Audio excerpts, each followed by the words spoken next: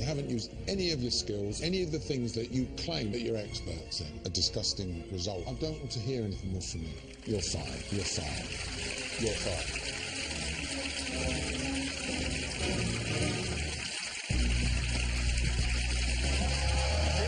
Thank you. Very much. Thank you. Thank you. Good evening. I'm Jack D. The Apprentice is back, so welcome to the new series of You're Fired. Yes, we've got a new set, a new presenter, a new audience, and it's all changed on The Apprentice too. Lord Sugar has a new advisor. If you think this process is tough, it's just got a whole lot tougher.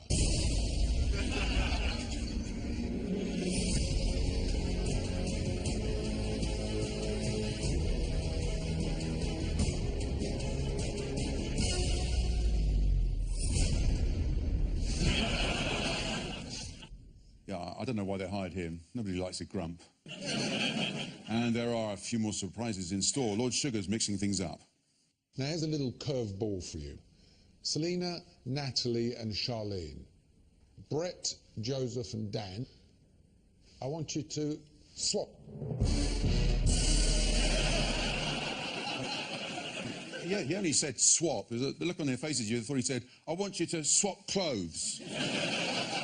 But, of course, some things remain the same. As usual, there's a £250,000 investment from Lord Sugar on offer. And as usual, over the coming weeks, we'll be providing incisive comments and unseen footage of the battle between 18 of Britain's sharpest business minds. You tried to sell fish to a vegan? That fish doesn't have a head. Is this onion? Yes, that's an onion. Joining me to pick over the bones of tonight's task are former winner of MasterChef and founder of the Oaxaca street food chain, Thomasina Myers, Radio 1 host and Apprentice Online's Matt Edmondson, and our new regular panellist, comedian Ramesh Ranganathan. Welcome to You're Fired.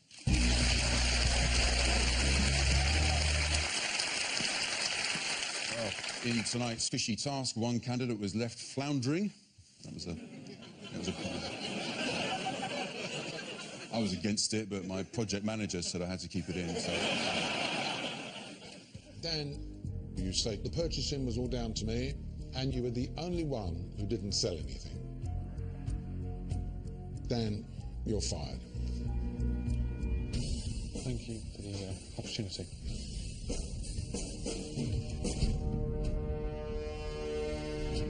Ladies and gentlemen, please welcome Dan Callahan.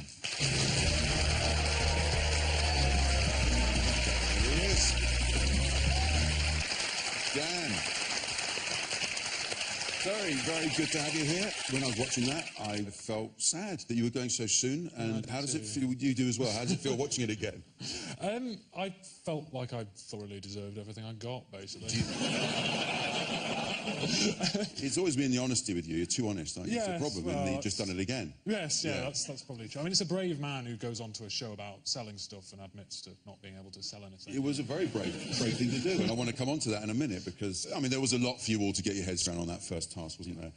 Let's see if we can narrow down what actually went wrong for you, Dan.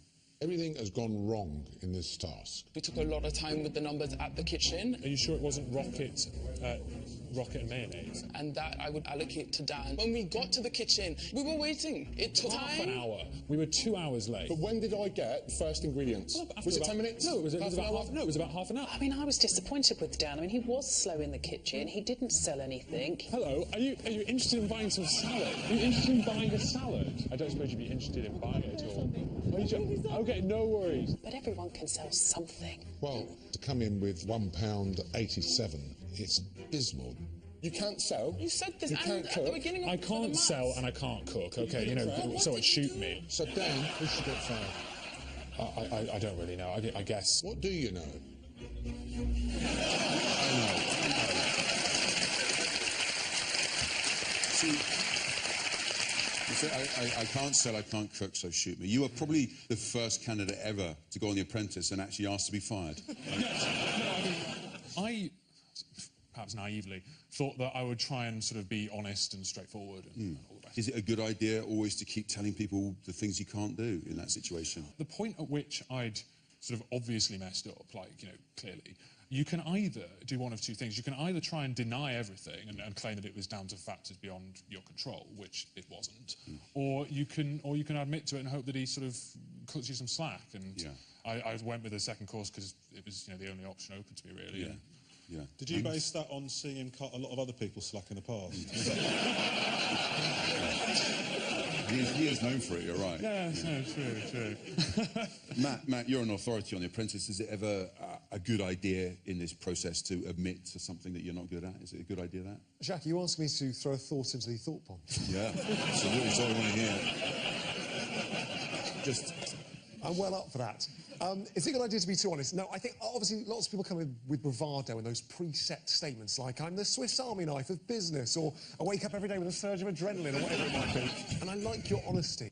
If there was a sort of Richard Curtis, Hugh Grant movie about The Apprentice, it would be exactly like you. Hugh Grant would foppishly go up to people and go, sorry to bother you, I've got a disastrous fish cake, and then you'd fall in love and it would be great. But sadly, it was the wrong strategy. Thomasina, Dan has admitted he can't cook, fair enough. But, among other things, is a food-based challenge a good test of business skills, would you say? Yeah, I mean, it's brilliant. Apart from anything else, food is perishable, so it doesn't hang around long. So it's all about precision, about timing. It's about teamwork, whether you can get your stuff together and actually get the food out on time. All the things Dan didn't do. Yeah. A lot was made by your teammates of how slow you were with your maths and measurements. Was that fair? I mean, what got me, I think, was the selling more than the ingredients. Okay. But as far as the maths was concerned, they genuinely were correct. The sums were correct, but it was, in my view anyway. But it was... In your view, they were correct. In my view, they were. I was like that when I did my exams. Romesh, you used to be a maths teacher. Yeah. Have you got any tips? Can you get better at maths? Is there something that you can pass on to Dan? When I was a maths teacher, often I was teaching stuff that I wasn't completely sure of. And if one of the students said, how do you do this? I'd often just hand it over to one of the cleverer kids in the class and say, well, how do you think you tackle this? And just sort of dodge it that way. So, as you say, let's go back to selling. I think Lord Sugar is looking for people who've really got selling in their DNA, isn't he? He doesn't want people who are going to go out there and waste their time. Of course, I mean, and that's how he started. Yeah. I think that the issue with selling was really sort of just lack of practice. I sort of went on, I thought, I bet I can just sort of wing it.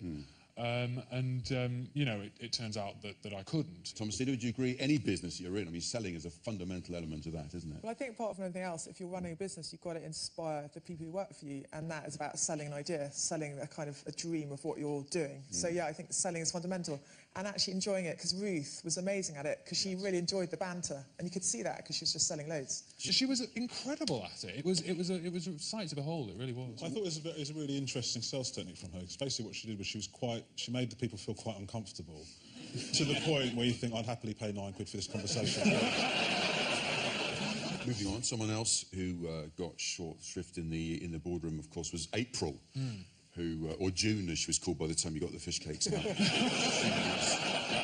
Now, what did you all think of April as team leader? What did you think? She was rubbish. She was rubbish. She didn't negotiate at all, straight in, £6, thank you very much, that'll do.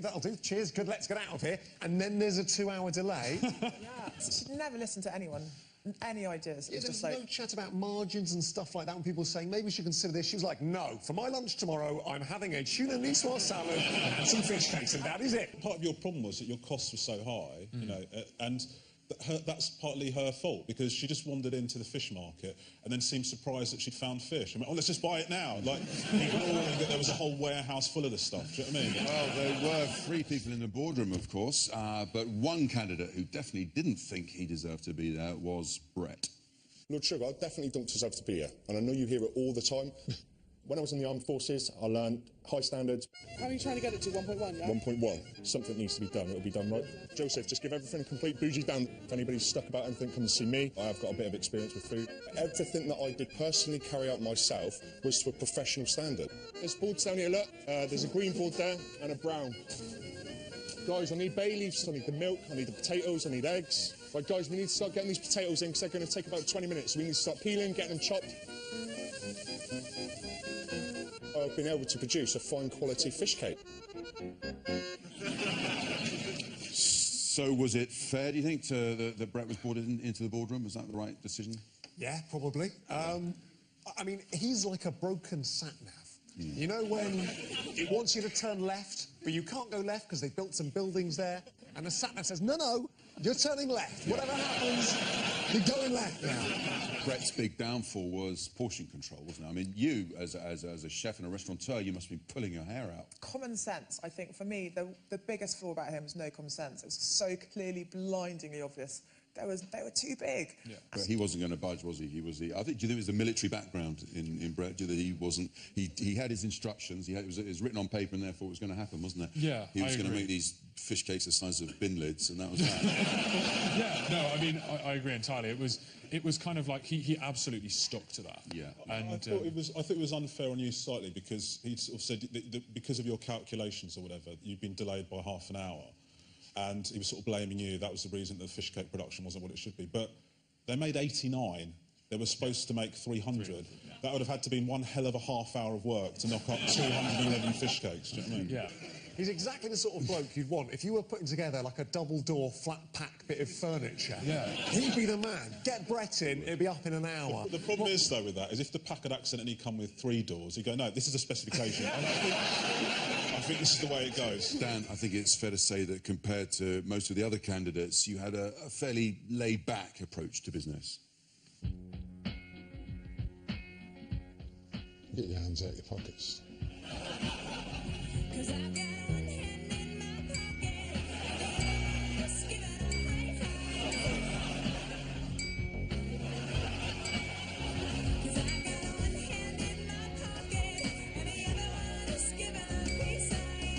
Dan, you're fired.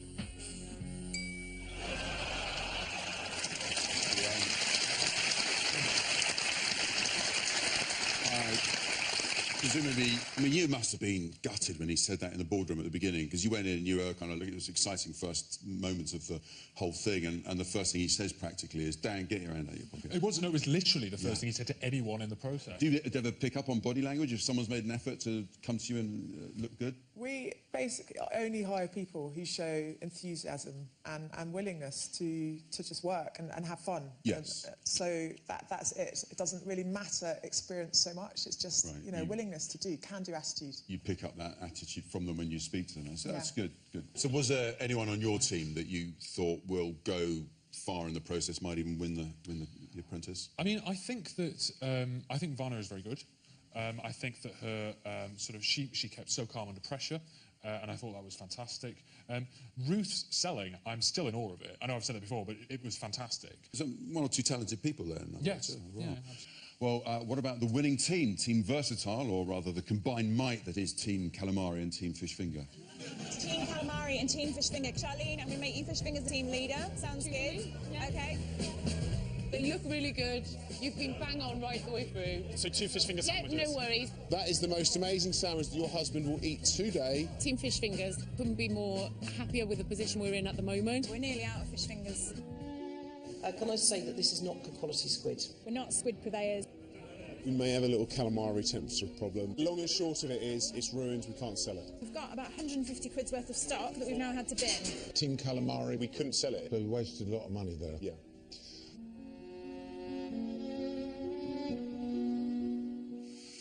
So they won the task, but it wasn't plain sailing. Low quality squid. Those are 3 words you don't want to see on a menu, aren't they? Selina was a reluctant project manager, but what kind of a job did you think she did? Thomasina? Pretty poor to start with. I mean, she looked miserable all the way through. She seemed to get more into it once her team got more enthusiastic. To be fair, though, she was badgered into that role. It was getting to the point where they were going, has anyone here ever eaten food? I mean, Selina sounds a bit like Semolina. On food sometimes. There's a guy on their team called Sam Curry. Yeah. And they were like one comment away from him getting the job. I was surprised that they didn't see that was not the right stuff to be buying in the market, didn't you? Well, I thought Natalie, you know, it sort of slightly in the opposite way to what you did. You're very modest and very humble. What she did was she sort of really played up her contribution because she negotiated that squid prize. Admittedly, they looked like something that had once seen a squid. They didn't look like squid, but she negotiated that price. And then really laid it on thick about, oh, thank goodness we got them for this price. Eh? That was really lucky that I managed to negotiate this. Aren't I an absolute legend? Do you know what I mean? She really did hammer that point home. I mean, she is great, though. Like, Natalie I sort of hit it off with her straight away. She's absolutely fantastic. But they were at Billingsgate Fish Market at early doors, the most beautiful squid all around them, and they chose that rubbish. They were looking at margins, weren't they? It's a task where you're selling something for a day, and you're never going to see these people again. You sell the food, you get the profit, and off you go. One member of Team Versatile who was keen to get straight down to business with a capital B was Richard. The Trailblazer is a fully managed and implemented business growth campaign that starts with a focused base plan to remove the clouds from our clients' business growth mountain so they clearly can see the summit we are aiming for. Winning. Remember today, the first money saved is the first money made. I'm like a Swiss Army knife of business skills. I'm a captain at the front of a cavalry charge. I race forward and people follow. Richard, what a load of bollocks that is. I think we'd all agree that one of Richard's core competences is blue sky thinking vis-à-vis the task-oriented process scenario envelope. Thomasina, I mean, you started out as a chef, you become a businesswoman. Did you ever feel the need to go into business jargon at any point? Or is it necessary? I'm with you. I hate it. I think it's just full of gump. And the customer, they're intelligent, they're bright. You can't just pull the wool over their head, but shoving them some line. I think rubbish. Romesh, who else stood out from Team Versatile Calamari Fish Finger for you? Who did you... I think McGim shone out for me as somebody that needs to stop talking. Everything he says was unacceptable. You know, like the first thing he said was that he was disappointed that the teams get mixed up because he wanted to show that men could sell better than women. He also said something about, you know, if you're going to complain about nobody putting themselves up for project manager, try and remember if you volunteered yourself. That would be my advice to him. And then, but all of that pales into insignificance when you just remember that he said, "Is this an onion?" I sort of think his strategy there was, I've said a lot of stupid things there. I need to just really say something incredibly stupid so that these other things can get forgotten about. That's what I like about McGim. He doesn't give up, does he? He goes into a vegan restaurant, tries to sell fish, and they say, "No, we're a vegan restaurant." And so instead of saying, "I'm so sorry," and walking out, he says, "So no fish at all?" I got some lamb chops. So what about Charlene, leader of Team Fish Finger? Did he, any thoughts on that? I've never seen somebody so distraught that her suggestion for the team name got rejected. She looked like she's going to have a breakdown. I was thinking, no? I loved her enthusiasm, though. She was so upbeat about everything, and she did take the lows with a real punch, but the highs with a real sense of celebration. To be made the head of the Team Fish Fingers is a big role. She took on that responsibility, and she ran with it. I think she's pretty promising. Did you have anything to do with Charlene? I mean, I a different team. Spoke to her socially, and she's extremely impressive. She's very good. Really? Watch out for her, yeah. So watch out for her. It was a classic first episode, wasn't it? All the candidates properly introduced. You get a sense of who they all are. It's a good way to start it. We've seen they're a good group of candidates. I don't deny that, but I do think we're neglecting a major candidate that could be a real big asset to this process, and I'm sort of upset that we haven't acknowledged that. Well, who are we talking about? This guy. Roll the VT. Ready to battle for backing. 18 would-be tycoons. I can make money out of anything. Once I found a stone, and I told a guy that it was what Madonna used to get excess skin off her feet. In the end, gave him £10 to leave him alone. They call me the problem solver. If there's a problem, that problem's going to get solved. By me. Without hesitation. So brutally that sometimes it creates a series of smaller problems, but those smaller problems will also get solved by me, the problem solver. My talents get recognised very quickly. I worked at a sandwich shop once. 2 days after I started, I was in charge of bread. 2 days after that, fillings. What intimidates me? Cashew nuts. I am seriously allergic. I have got to stop, mate. I've got a blister or something. I need to get a plaster. I know how to get things done because I'm an entrepreneur. Because I'm a businessman. I'm so late. I rarely make mistakes. I made one 7 years ago. One morning I forgot. That was absolutely incredible. Some people need maps, not me, because I'm programmed like a compass to always head in one direction, and that direction is to success. I think I've missed them. I'm just going to have to meet you back at the house.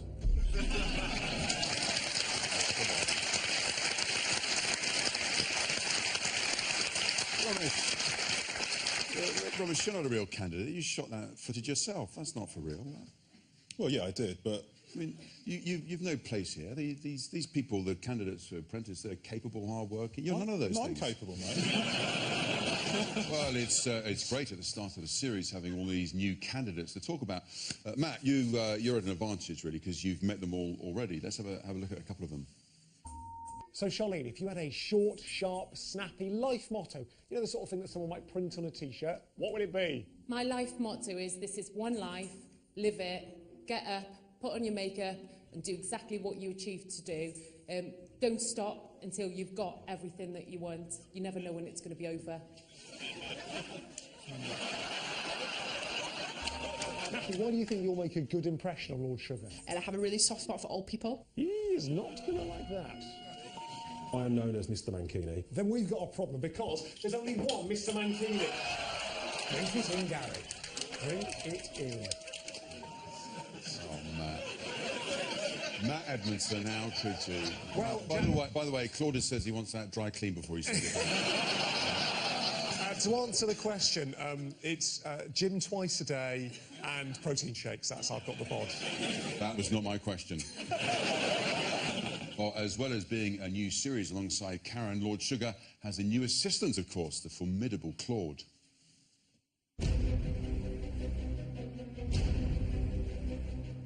I think we're in trouble with this lot. What a crab meat sandwich. One second, guys, 1 second. It's all about margins, remember that. It was a disgrace. Not one of them was listening to what the other was saying. We have fresh fish. I haven't seen any ability to sell in any kind of way at all, other than shouting at somebody, you want some fish? What offers have you got on today? Let's give it each other. 8. Can you hold that? They're all lambs to the slaughter because none of them seem capable of coming to a decision. I think I'll have to go down and lie down for a while and put a cold towel on my head. Yeah, I sort of get the feeling it'll take more than a cold towel. Now, Dan, was Claude as scary as he looked? Yes. It's been terrifying when he came through the doors like that. Were you expecting anything? I mean, there was like a sort of descent, the sort of cold mist descended, and it felt as if sort of like a man-eating wolf had walked through the door, and then he did. Yep. So, Dan, you know what went wrong, but let's have a look at the advice that Lord Sugar had for you for the future. Now, in the case of Dan, I had high hopes of him, actually, because he was a young man, showed a lot of enthusiasm, and was already running an internet business. In the first house, he was deployed for selling. He wasn't very good at that at all. It's all very well saying that you're expert at selling online, but you need to be able to present yourself from a sales point of view. A business person has to be an all-rounder. I would suggest that Dan, or indeed anybody else, brushes up their people skills by actually physically going out there and trying to sell something to somebody face to face.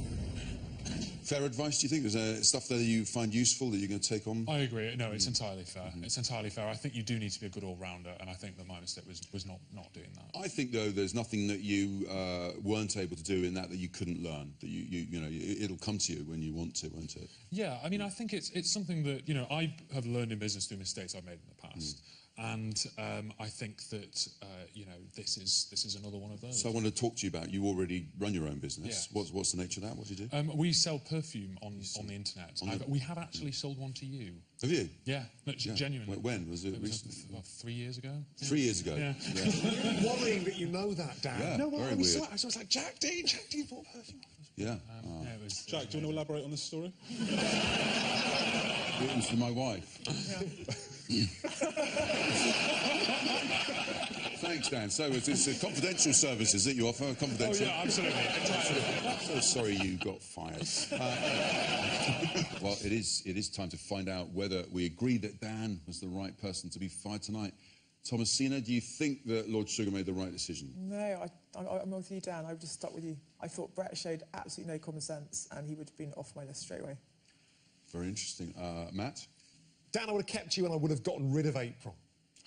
Oof. How about that? How about that? And finally, for what it's worth, Romesh?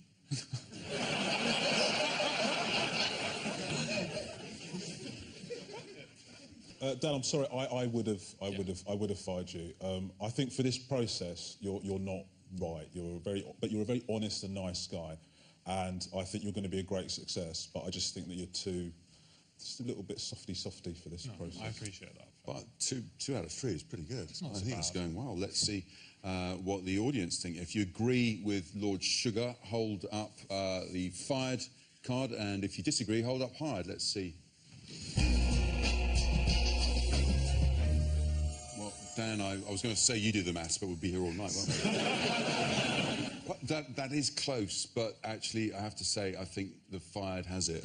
I'm sorry, Dan. It's a fired for you. Yeah, well, you know, you admitted to yourself it was the right decision. No, fair enough. So, I wish I had one myself. yeah, what would you? You would have fired yourself immediately. That would be a first.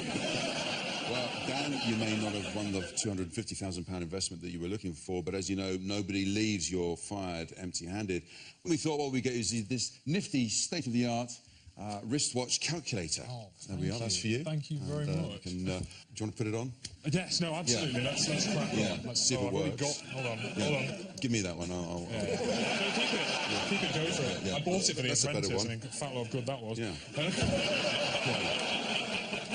There we Dan, go. you know what, in a funny kind of way, Dan, there's something admirable about going out first in The Apprentice. Here are your highlights.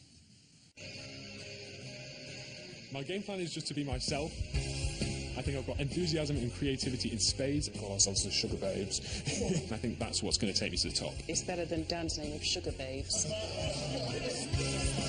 Dan is a really smart guy. You can tell he has a very solid head on his shoulder. So guys, just can I hope I can be Lord Sugar's business partner, and I hope he really likes me. Oh, Dan. Bless Dan. He's lovely, and he's someone who's really nice to be around. He's very quirky. Hello. Dan is probably the nicest person I've ever met. I had an absolute ball.